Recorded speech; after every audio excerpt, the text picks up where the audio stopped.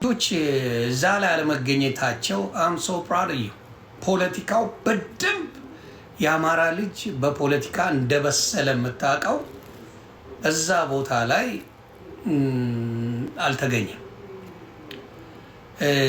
ለምን ብላችሁ መጠየቅ ነው።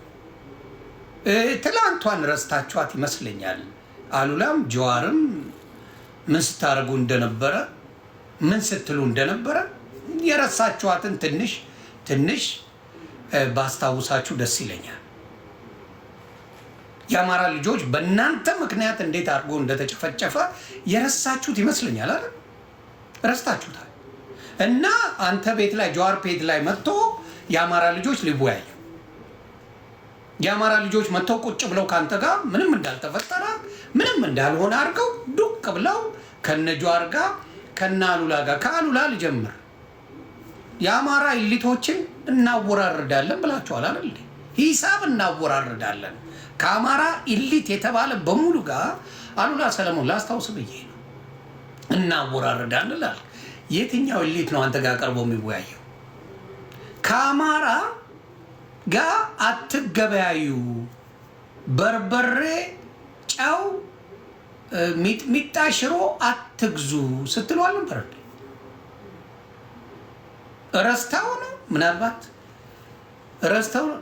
ተንግርቶ ቦሌች ያለው አረ ጆካ ተንግርቶ አባቴ ተይ እንጂ በአማራ ስም እንግዲህ ለመሸቀጥ ነው ተንግርቱዬ ተይ አባቴ ስትላል ነበር። አሉላ ልንገር ብዬ ነው። ረስታው ነው። ከምታወራርደው የአማራ ልጅ ጋር ኢሊት ጋር እንዴት ልትወያይ ፈለግ? ስደክም ህዋት ስደክም ህዋት አፈር ስትገባ አቅም ሲያንሳት ምንም ማድረግ ሳትችል ስትቀር የአማራው ድጋፍን ፈለግከው። የአማራው ድጋፍን አስፈለገ።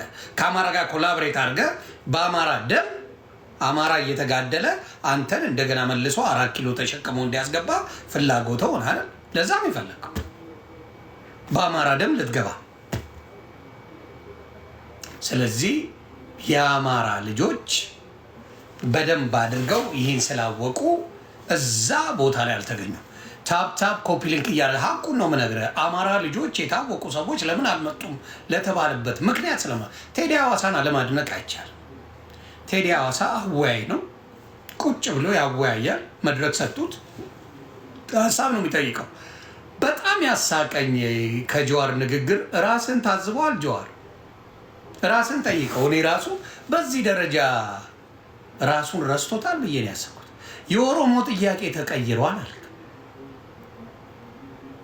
ኳስ ጨዋታ አረከው እንዴ?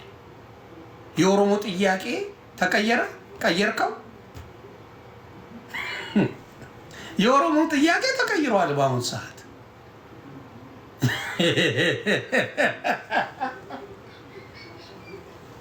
እንደፈለክ የምትቀያይረው ጥያቄ ነው። የአማራ እኮ አንድና አንድ ጥያቄ ነበር የነበረው፣ አትግደሉኝ። የአማራ ጥያቄ አትግደሉኝ፣ በገዛ ሀገሬ ላይ አትግደሉኝ ነበር ጥያቄው። ምንም አይነት ሌላ ጥያቄ አልነበረውም። የአማራ ልጅ ዳቦ ዘቆስ ላስታውስ ትንሽዬ የትላንትናዋን ጀዋርሻ ላስታውስሽ። ጀዋር ሜንጫ ላስታውስ። ጀዋር ሜንጫ ከረሳው ትላንትና ከበቡኝ ብለህ መንግስት በከበበ እኔ እንዲያውም ከበቡሽ ብዬ ጨርሼዋለሁ። ስማኝ መንግስት በከበበ ታርጌት አድርገህ የመጣው አማራን ለመጨረስ ነበር አይደል? ስንት ሰዎች አሳረድክ አይደለ? ምን አደረገ? ሊከበ የመጣው መንግስት። ከመንግስት ጋር መጋጨት ስትችል አንተ ግን ንጹሃንን ነበር ስታስጨርስ የነበረው አይደል? ረሳኸው? ስለሱ ይቅርታ የለም ምን የለም፣ ዝም ብለህ ትቀጥላለህ። ሌላው ትላንትና የረሳውን ላስታውስ። ኦሮሞ ፈረስት ነው ያንተ ጨዋታ የነበረው። ስለ ኢትዮጵያዊነት ጥንቅር ብሎ ይቅር ያልክ ሰው ነበር። የዜግነት ፖለቲካ ይዤ መጣው ብለህ እናት ለልጇ ቴዲ አፍሮ ለዚህ ነው የምወደው። ወደዛ ሄድልኝ ልጅ አታስተምርም ምጥ ለእናቷ ምናምን የሚለው የቴዲ አፍሮ ንግግር ያ ነው። አንተ ስለ ኢትዮጵያዊነት ስለ ዜጋ ፖለቲካ ለኢትዮጵያውያኖች ጀዋር ልትሰብክ መጣ። እኔ አድናቂ ነኝ። በጣም ነው ማደንቅ ጀዋር። አንተ ስለ ኢትዮጵያውያን ህብረት አንድነት ልሰብክ መጣ።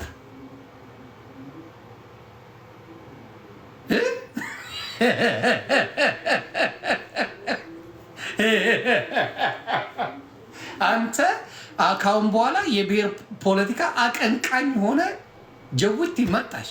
ኧረ አድናቂሽ ነኝ። ለአማራ ልጅ ነው አሁን የኢትዮጵያዊነትን ልታስተምር የብሔር ፖለቲካን ልታስተምር የመጣ አንደኛው ኦሮሞ ፈርስት ብለህ ኢትዮጵያን ስትረብሽ የነበርከው አንተ አይደል? የኦሮሞ ልጆችን አጥንታቸው ውስጥ ዘረኝነት እንዲገባ ያደረከው አንተ አይደል? አፄ ምኒልክን የአድዋ ድል ሲከበር አኖሌ ሐውልት ጋር ከጀለሶች የሆነ ጋር ስታከብራል ነበር። ላስታውስሽ ብዬ ነው።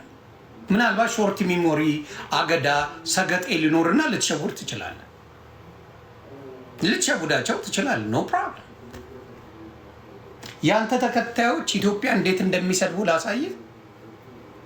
ኢትዮጵያን ያንተ ተከታዮች እነማን ናቸው? እነ አስሊ ናቸው አይደለ?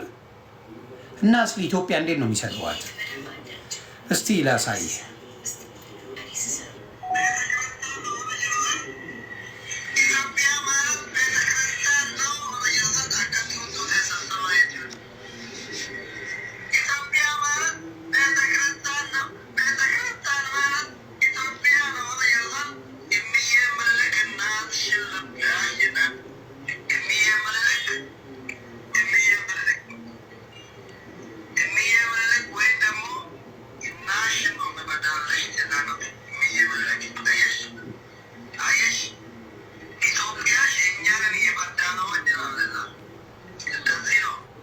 ሲፈልግ ኦሮሞ ያደርጋቸዋል፣ ሲፈልግ የፈለገውን ያደርጋቸዋል።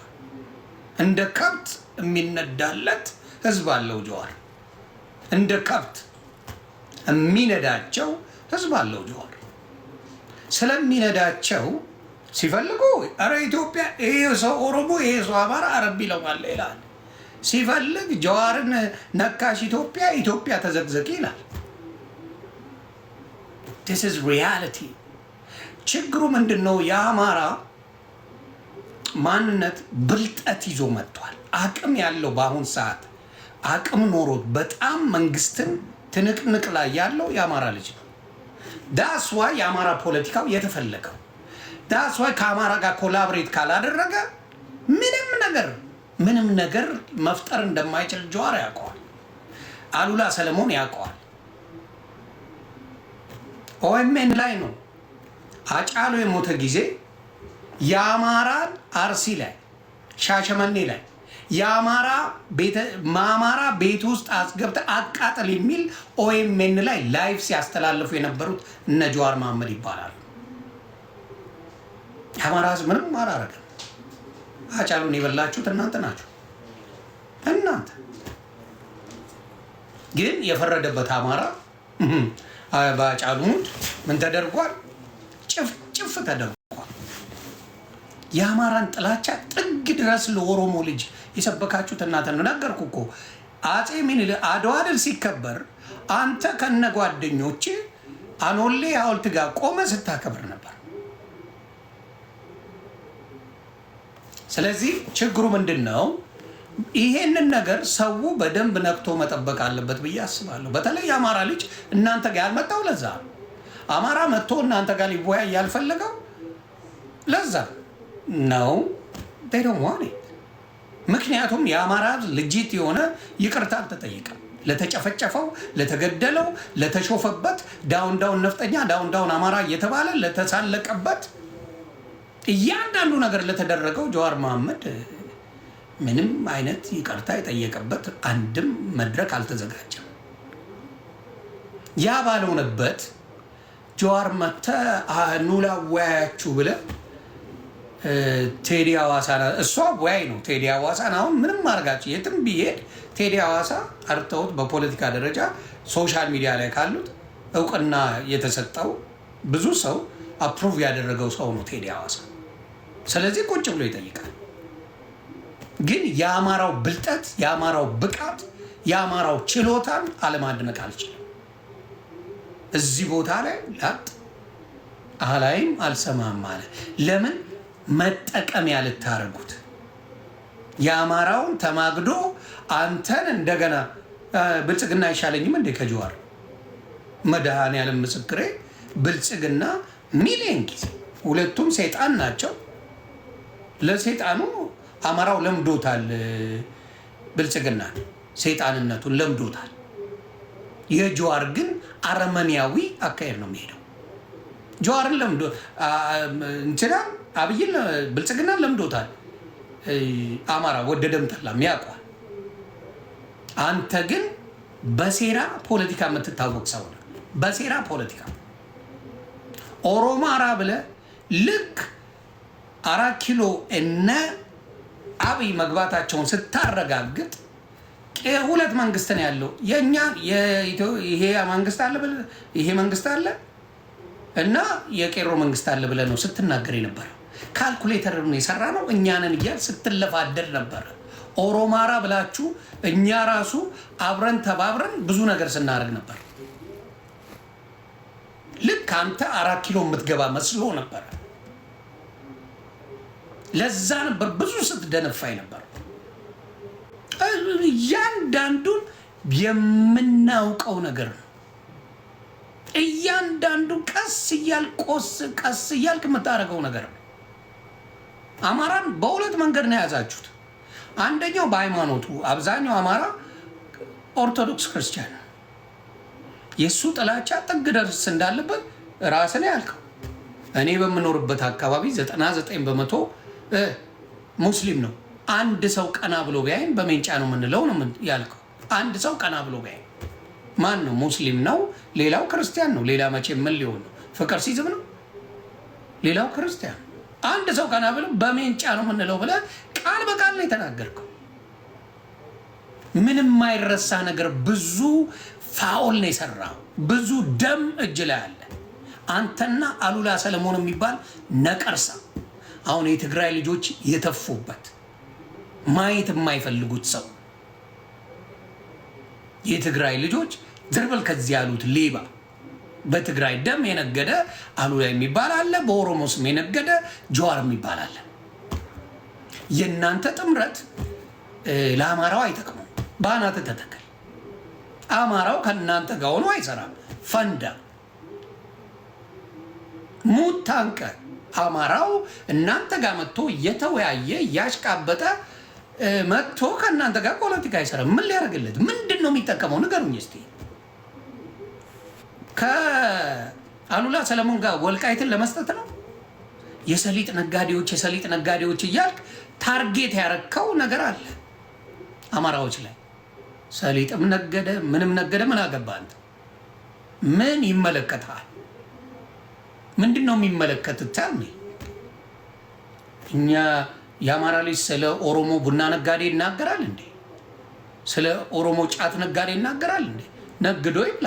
who cares? መብቱ ነው እንዴ? ሰሊጥ መነገድ ወንጀል ሆነ እንዴ? ወንጀል ሆነ ወይ? የአማራ ልጅ ሲሆን ሰሊጥ ሲነግድ ያማሃል? ይህ የሚሰማ ነገር አለ? አዎ። ስለዚህ የአማራ ልጆች ጀዋር በሚጠራበት ቦታ ላይ በአናት ተተከል የሚመጣል የለም። ማንም ያንተን ፖለቲካ እንደፈለግኩ ሰደው የሚፈራህም የለም። ልንገርህ፣ የሚፈራህም የለም። የሚያዳምጥም የሚታለልልም የአማራ ልጅ የለም። የአማራ ቀንደኛ ገዳዩ አንተ ነህ። አንተ እኮ ረስተሽው ነው። ድፍን ቤተ መንግስት ሆኖ አንተ ለኮንዶሚኒየም ስታለቅስ የነበርክ ሰው ነው።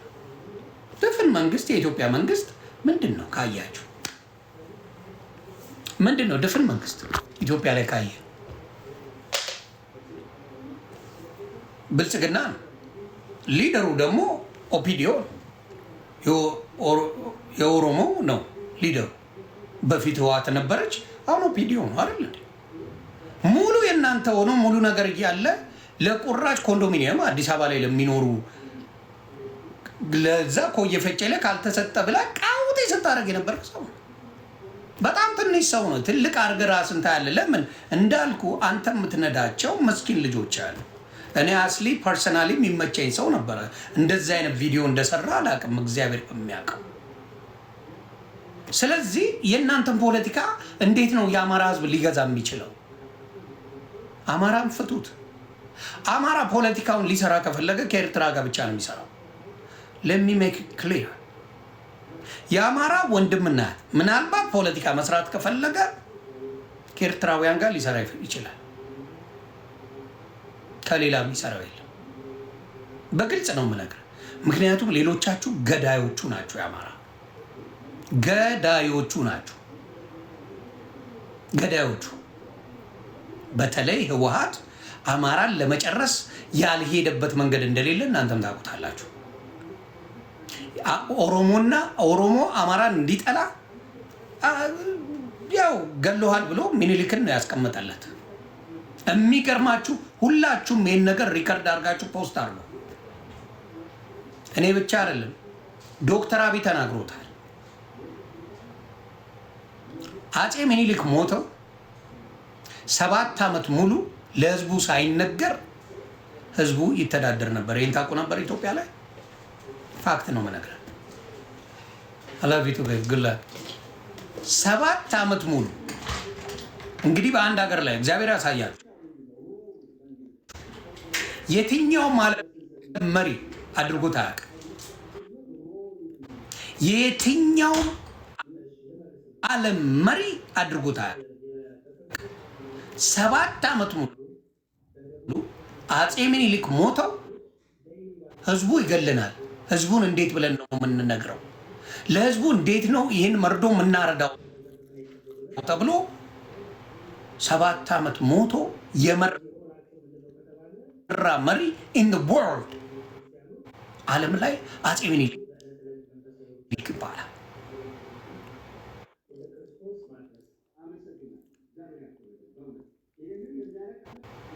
አፄ ምኒልክ ይባላል አባቴ። ይሄን ያህል ብራንድ ነው። አማራ ስለ ምኒልክ ሲያወራ ደረቱን ነፍቶ የሚያወራበት ጉዳይ ይሄ ነው። ጀዋር የማይጠቅሙ ፖለቲካዎችን አካሂዶ ምን አድርጓል? ነገሮችን አበላሽተዋል። ኦሮማራ የዛ ጊዜ ትልቅ ውጤት ኢትዮጵያ ላይ ያመጣ ነበር፣ አምጥቶም ነበር። ልክ ኢትዮጵያ ስገባ ነገርተ ካለኔ እንዲያውም መሪ የምትመስለው አንተ ነበርክ። ጀዋር መሐመድ ነበር ሲባል የነበረው አንተ ነበር። ቀውጢ ስታረጋት የነበረችው ኢትዮጵያ አተንፍሰው አስወጡ። ናው ስታየው ፕላትፎርሙ እዛ ላይ ዩቲዩብ ላይ ምናምን በተንጫጫ የሚያይ ጠፋ። ቲክታክ ላይ ስመጣ የኦሮሞ ጥያቄ ተቀይሯል ብለህ መጣ። የኦሮሞ ህዝብ ህፃን አረከው እንዴ? የኦሮሞ ህዝብ አንተን የምትቀይርለት የፈለግከውን ነገር እንዴ? የኦሮሞ ህዝብ የእኩልነት ጥያቄ ነበረው፣ አሁንም አለው። የእኩልነት ጥያቄ አሁንም አለው ኦሮሞ። እንዴት በለኝ። ብልጽግናን ያልደገፈ ይበላል። በዚህ ኦነግ ነው ብሎ ኦነግ ይገለዋል፣ በዛ ደግሞ ብልጽግና ነው ብሎ ያኛው ይገለዋል። ኦነግ ሽኔ የሚባል ይገለዋል። ከሁለቱም ያጣ ነው የሆነው ኦሮሞ። አንተንም ይሰማል ይበላል። እዛም ኦነግ ሽኔ የሚሉት አለ ይበላል፣ ብልጽግናም ይበለዋል። የቀረው የለም ኦሮሞ። ቢያንስ እኮ የአማራው ግልጽ ነው፣ ወይ ፋኖ ነው ወይ አይደለም። አብዛኛው ደግሞ ህዝብን አማራን ብትጠይቀው ልብ ውስጥ የታተመው ፋኖ ይባላል። የአባቱ ማንነት ነው፣ የቅድመ አያቶቹ ማንነት ነው ፋኖነት። አትወስደው። ኖባዲ ዊል ቴክ ከአማራ ህዝብ ላይ ፋኖነትን መውሰድ አትችልም።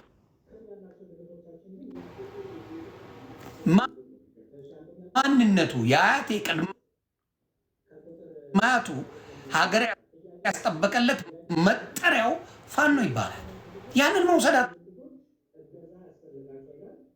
የከበሩ ብልቶች ግን እገዛ ያስፈልጋቸው ይላል።